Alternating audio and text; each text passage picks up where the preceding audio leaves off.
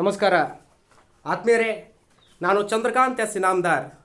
ಈ ಒಂದು ವಿಡಿಯೋದೊಳಗೆ ತಮಗೆ ಕುಶಾನರು ಅಂತಕ್ಕಂಥ ರಾಜಮನೆತನದ ಬಗ್ಗೆ ತಿಳಿಸ್ಕೊಡ್ತಾ ಇದ್ದೇನೆ. ತಾವುಗಳು ನನ್ನೊಂದಿಗೆ ಕನೆಕ್ಟ್ ಇರ್ರಿ.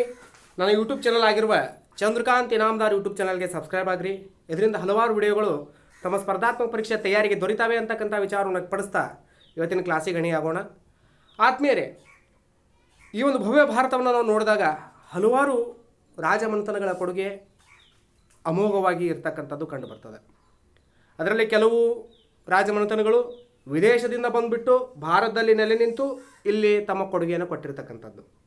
ಒಟ್ಟಾರೆ ನಾವು ರೂಪರೇಷೆ ನೋಡೋದಾದರೆ ಕುಶಾನ ಅಂತಕ್ಕಂಥ ಕಮ್ಯುನಿಟಿಯ ಬಗ್ಗೆ ನಾವು ನೋಡೋದಾದರೆ, ಕುಶಾನರು ಅಂತಕ್ಕಂಥ ಒಂದು ರಾಜಮನೆತನದ ಬಗ್ಗೆ ನೋಡೋದಾದರೆ, ಗ್ರೀಕರ ನಂತರ ಭಾರತೀಯ ಚರಿತ್ರೆ ಹಾಗೂ ಸಂಸ್ಕೃತಿಯ ಮೇಲೆ ಪ್ರಭಾವ ಬೀರಿದವರು ಯಾರಪ್ಪ ಅಂತಂದ್ರೆ ಅವರು ಕುಶಾನರಾಗಿದ್ದಾರೆ. ಬೌದ್ಧ ಧರ್ಮಕ್ಕೆ ವಿಶೇಷ ಒಂದು ಮಾನ್ಯತೆಯನ್ನು ಕೊಟ್ಟಿರ್ತಕ್ಕಂಥವ್ರು.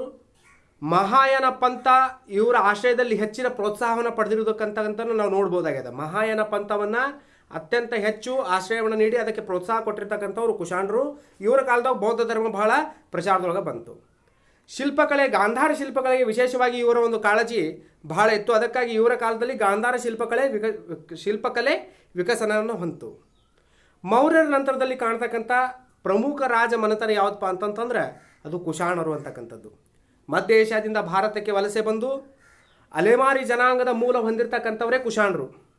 ಇವರು ಯೂಚಿ ಸಂತತಿಯವರು. ಇದೇ ಸಮಯದಲ್ಲಿ ಶಕರು ಮತ್ತು ಪಾರ್ಥಿಯನ್ನರು ವಾಯುವ್ಯ ಭಾಗದಲ್ಲಿ ನೆಲೆಸಿದ್ದ ವಿದೇಶಿ ಸಮುದಾಯಗಳು. ಇವ್ರ ಕಾಲದೊಳಗೆ ವಿದೇಶಿ ಸಮುದಾಯಗಳು ಯಾವಪ್ಪ ಅಂತಂತಂದ್ರೆ ಶಕರು ಮತ್ತು ಪಾರ್ಥಿಯನ್ನರು ಇರೋದಾರಲ್ಲ, ಇವರು ವಾಯುವ್ಯ ಭಾರತದೊಳಗೆ ನೆಲೆಸಿರ್ತಕ್ಕಂಥ ವಿದೇಶಿ ಜನರು. ಕುಶಾನರು ಏನು ಮಾಡಿದ್ರು ಅಂದ್ರೆ ಶಕರು ಮತ್ತು ಪಾರ್ಥಿಯರನ್ನು ಸೋಲಿಸಿ ಏನು ಮಾಡಿಬಿಟ್ರು, ಗಾಂಧಾರ ಪ್ರದೇಶದಲ್ಲಿ ನೆಲೆ ನಿಂತರು. ಇವರಿಗೆ ವಿರೋಧವಾಗಿರ್ತಕ್ಕಂಥವ್ರು ಯಾರಪ್ಪ ಅಂದ್ರೆ ಭಾರತದ ವಾಯುವ್ಯ ಭಾಗದಲ್ಲಿ ನೆಲೆ ನಿಂತಿರ್ತಕ್ಕಂಥ ಪಾರ್ಥಿಯನರು ಮತ್ತು ಶಕರು. ಈ ಕುಶಾನರು ಏನು ಮಾಡಿದರು, ಅವರನ್ನೆಲ್ಲ ಹೊರದೂಡಿ ಗಾಂಧಾರ ಸ್ಥಳದಲ್ಲಿ ನೆಲೆ ನಿಂತರು. ಕುಜಲ ಕಡಪೀಸಸ್ ಈ ಒಂದು ರಾಜಮನೆತನದ ಸಂಸ್ಥಾಪಕ. ಈ ಒಂದು ಕುಶಾನರ ಸಂಸ್ಥಾಪಕ ಯಾರಪ್ಪ ಅಂತಂತಂದ್ರೆ ಕುಜಲ ಕಡಪೀಸಸ್. ಹೆಸರು ಮೇಲೆ ನಮ್ಗೆ ಗೊತ್ತಾಗ್ಬಿಡ್ತದೆ ಇವರು ವಿದೇಶಿಯರು ಅಂಥೇಳಿ. ಕುಜಲ ಕಡಪೀಸಸ್ ಅಂತಕ್ಕಂಥವ್ರು ಕುಶಾನ ಮನೆತನದ ಸಂಸ್ಥಾಪಕರು. ವಿಮಲ ಕಡಪೀಸಸ್ ಮತ್ತು ಕನಿಷ್ಕ ಈ ಮನೆತನದ ಅತ್ಯಂತ ಶ್ರೇಷ್ಠ ದೊರೆಗಳು. ವಿಮಲ ಕಡಪೀಸಸ್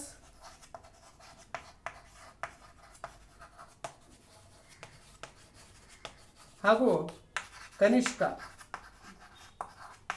ಈ ಒಂದು ಮನೆತನದ ಅತ್ಯಂತ ಶ್ರೇಷ್ಠ ದೊರೆಗಳಲ್ಲಿ ಸ್ಥಾನವನ್ನು ಗಿಟ್ಟಿಸಿಕೊಂಡಿರ್ತಕ್ಕಂಥವ್ರು. ಏನಪ್ಪ ಅಂತಂತಂದರೆ ಈ ವಂಶದ ಮುಖ್ಯ ದೊರೆಗಳು ಇವರುಗಳು ಯಾರು, ವಿಮಲ ಕಡಪೀಸಸ್ ಮತ್ತು ಕನಿಷ್ಕ. ಈ ಕುಜಲ ಕಡಪೀಸಸ್ ಈ ವಂಶದ ಮುಖ್ಯ ದೊರೆಗಳು ಮೂಲತಃ ನಾವು ನೋಡ್ತಾ ಬಂದರೆ ಬುಡಕಟ್ಟು ಜನಾಂಗಕ್ಕೆ ಸೇರಿದವರು, ಅಲೆಮಾರಿ ಜನಾಂಗಕ್ಕೆ ಸೇರಿದವರು ಅಂತ ನಾವು ಹೇಳ್ತೇವೆ. ಕುಜಲ ಕಡಪೀಸಸ್ ನೇತೃತ್ವದೊಳಗೆ ಯೂಚಿ ಬಣಗಳು ಐಕ್ಯಗೊಂಡು ಈತನು ಹಿಂದೂ ಕುರ್ಷನ್ ಬೆಟ್ಟಗಳನ್ನು ದಾಟಿ ದಾಟಿಕೊಂಡು ಕಾಬೂಲ್ ಹಾಗೂ ಕಾಶ್ಮೀರದೊಳಗೆ ಬಂದು ನೆಲೆ ನಿಂತ. ವಿಮಲ ಕಡಪೀಸಸ್ ಕಾಲದೊಳಗೆ ಚಿನ್ನದ ನಾಣ್ಯಗಳನ್ನು ಹೊರಡಿಸಲಾಯಿತು. ಇಲ್ಲಿಂದ ಮುಂದೆ ಕುಶಾನರ ಸಾಮ್ರಾಜ್ಯ ಚಿನ್ನವನ್ನು ಮತ್ತು ತಾಮ್ರದ ನಾಣ್ಯವನ್ನು ಬಳಕೆ ಮಾಡ್ಲಿಕ್ಕತ್ತು. ಅಂದ್ರೆ ಕುಶಾನರ ಸಾಮ್ರಾಜ್ಯದಲ್ಲಿ ಚಿನ್ನ ಮತ್ತು ತಾಮ್ರದ ನಾಣ್ಯಗಳು ಟಂಕಿಸಲತ್ತಿದವು. ವಿಮಲ ಕಡಪೀಸಸ್ನ ನಂತರ ಬಂದಿರತಕ್ಕಂಥವನೇ ಕನಿಷ್ಕ. ಇವನ ಆಳ್ವಿಕೆ ಅಡಿಯೊಳಗೆ ಕುಶಾನರ ಒಂದು ಮನೆತನ ವ್ಯಾಪಕವಾಗಿ ಬೆಳೀತು ಹಾಗೂ ವ್ಯಾಪಕವಾಗಿ ಆ ಸಾಮ್ರಾಜ್ಯ ವಿಸ್ತರಣೆ ಆಯಿತು. ಇವನು ಕ್ರಿಸ್ತಶಕ 78ರಲ್ಲಿ ರಾಜಾಳ್ವಿಕೆಯನ್ನು ಪ್ರಾರಂಭಿಸಿ ಹೊಸ ಯುಗವೊಂದಕ್ಕೆ ನಾಂದಿ ಹಾಡಿದ. ಅದಕ್ಕೆ ಶಕಯುಗ ಅಂತ ಕರೆಯಲಾಗ್ತದೆ. ಭಾರತದ ಕನಿಷ್ಕನ ಒಂದು ಆಳ್ವಿಕೆ ವ್ಯಾಪ್ತಿ ದಕ್ಷಿಣದ ಸಾಂಚಿ, ಅವನ ಒಂದು ವ್ಯಾಪ್ತಿಯಲ್ಲಪ್ಪ ಅಂದರೆ ದಕ್ಷಿಣದ ಸಾಂಚಿ ಪೂರ್ವದ ಬನಾರಸ್ವರೆಗೂ ಹರಡಿತು.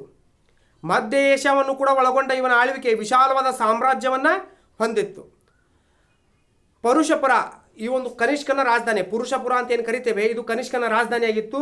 ಇವನ ಕಾಲದ ಮತ್ತೊಂದು ಮುಖ್ಯ ನಗರ ಯಾವುದಪ್ಪ ಅಂತಂದರೆ, ಕನಿಷ್ಕನ ಕಾಲದ ಮುಖ್ಯ ನಗರ ಇನ್ನೊಂದು ಯಾವುದಂದ್ರೆ ಅದು ಮಥುರಾ ನಗರ ಆಗಿತ್ತು. ಕನಿಷ್ಕನು ಬೌದ್ಧ ಧರ್ಮಕ್ಕೆ ಅದಕ್ಕೆ ನೀಡಿರ್ತಕ್ಕಂಥ ಆಶ್ರಯದಿಂದಾಗಿ ಅದು ಮತ್ತಷ್ಟು ಸಮೃದ್ಧಗೊಂಡಿತು. ಇದರಿಂದಾಗಿ ಅಶ್ವಘೋಷ, ವಸುಮಿತ್ರ, ಸಂಘರಕ್ಷ ಮುಂತಾದರೂ ಬೌದ್ಧ ವಿದ್ವಾಂಸರನ್ನು ಈತನ ಕಾಲದೊಳಗೆ ನಾವು ಕಾಣಬಹುದು. ಯಾವ ರೀತಿಯಾಗಿ ಇವರು ಬೌದ್ಧ ಧರ್ಮಕ್ಕೆ ಒಂದು ಪ್ರೋತ್ಸಾಹವನ್ನು ಕೊಟ್ಟಾರ ಅನ್ಬೇಕಂತಂದ್ರೆ ಇವರ ಕಾಲದೊಳಗೆ, ಇವರ ಆಸ್ಥಾನದೊಳಗೆ ವಸುಮಿತ್ರ, ಸಂಘರಕ್ಷ ಮುಂತಾದ ಬೌದ್ಧ ವಿದ್ವಾಂಸರು ಇವ್ರ ಕಾಲದೊಳಗೆ ಇದ್ದಿದ್ದನ್ನು ನಾವು ಕಾಣಬಹುದಾಗಿದೆ. 4ನೇ ಬೌದ್ಧ ಸಮಾವೇಶವನ್ನು ಕಾಶ್ಮೀರದಲ್ಲಿ ಕನಿಷ್ಕನ ನೇತೃತ್ವದಲ್ಲಿ ನಡೆಸಲಾಯಿತು. ಈತನು ಅಶೋಕನ ರೀತಿ ಒಳಗೆ ಬೌದ್ಧ ಧರ್ಮ ಪ್ರಚಾರಕ್ಕಾಗಿ ಮಧ್ಯ ಏಷ್ಯಾ ಹಾಗೂ ಚೀನಾಗಳಿಗೆ ನಿಯೋಗಗಳನ್ನು ಕಳಿಸಿದ್ದ. ಇವನ ಕಾಲದೊಳಗೆ ಕಲೆ ಮತ್ತು ವಾಸ್ತುಶಿಲ್ಪ ಕೂಡ ಪ್ರೋತ್ಸಾಹವನ್ನು ಪಡೀತು. ಈ ರೀತಿಯ ಕನಿಷ್ಕ ಕೂಡ ಬೌದ್ಧ ಧರ್ಮಕ್ಕೆ ತನ್ನದೇ ಆಗಿರ್ತಕ್ಕಂಥ ವಿಶೇಷವಾದ ಕೊಡುಗೆಯನ್ನು ಕೊಟ್ಟಿದ್ದಾನೆ. ವಿಮಲ ಕಡಪೀಸಸ್ನ ಕೊಡುಗೆಗಳು ಬಹಳ ಅದ್ಭುತವಾಗಿದ್ದಾವೆ. ಕುಜಲ ಕಡಪೀಸಸ್ ಅಂತಕ್ಕಂಥವರಿಂದ ಈ ಒಂದು ಕುಶಾಣ ಸಾಮ್ರಾಜ್ಯ ಇಲ್ಲಿ ನೆಲೆ ನಿಂತು. ಕುಶಾಣ ಸಾಮ್ರಾಜ್ಯ ಮೂಲ ಸಂಸ್ಥಾಪಕರೇ ಕುಜಲ ಕಡಪೀಸಸ್ನವರು. ಹೀಗೆ ಕುಶಾಣ ಸಾಮ್ರಾಜ್ಯ ಕೂಡ ವ್ಯಾಪಕಪೂರ್ವವಾಗಿ ಬೆಳೆದು ನಂತರದಲ್ಲಿ ದುರ್ಬಲ ದೊರೆಗಳ ಕಾರಣದಿಂದಾಗಿ ಅವನತಿಯನ್ನು ಹೊಂದಿತು. ಇದು ಇವತ್ತಿನ ಕ್ಲಾಸ್ನಲ್ಲಿ ಕುಶಾಣರು ಅಂತಕ್ಕಂಥ ವಿಷಯದ ಕುರಿತಾಗಿರುವ ಕೆಲವೊಂದಿಷ್ಟು ಮುಖ್ಯ ಮಾಹಿತಿಗಳು.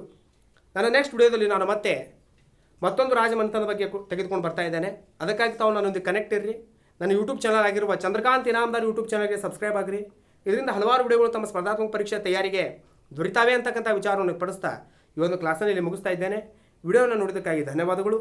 ನಮಸ್ಕಾರ.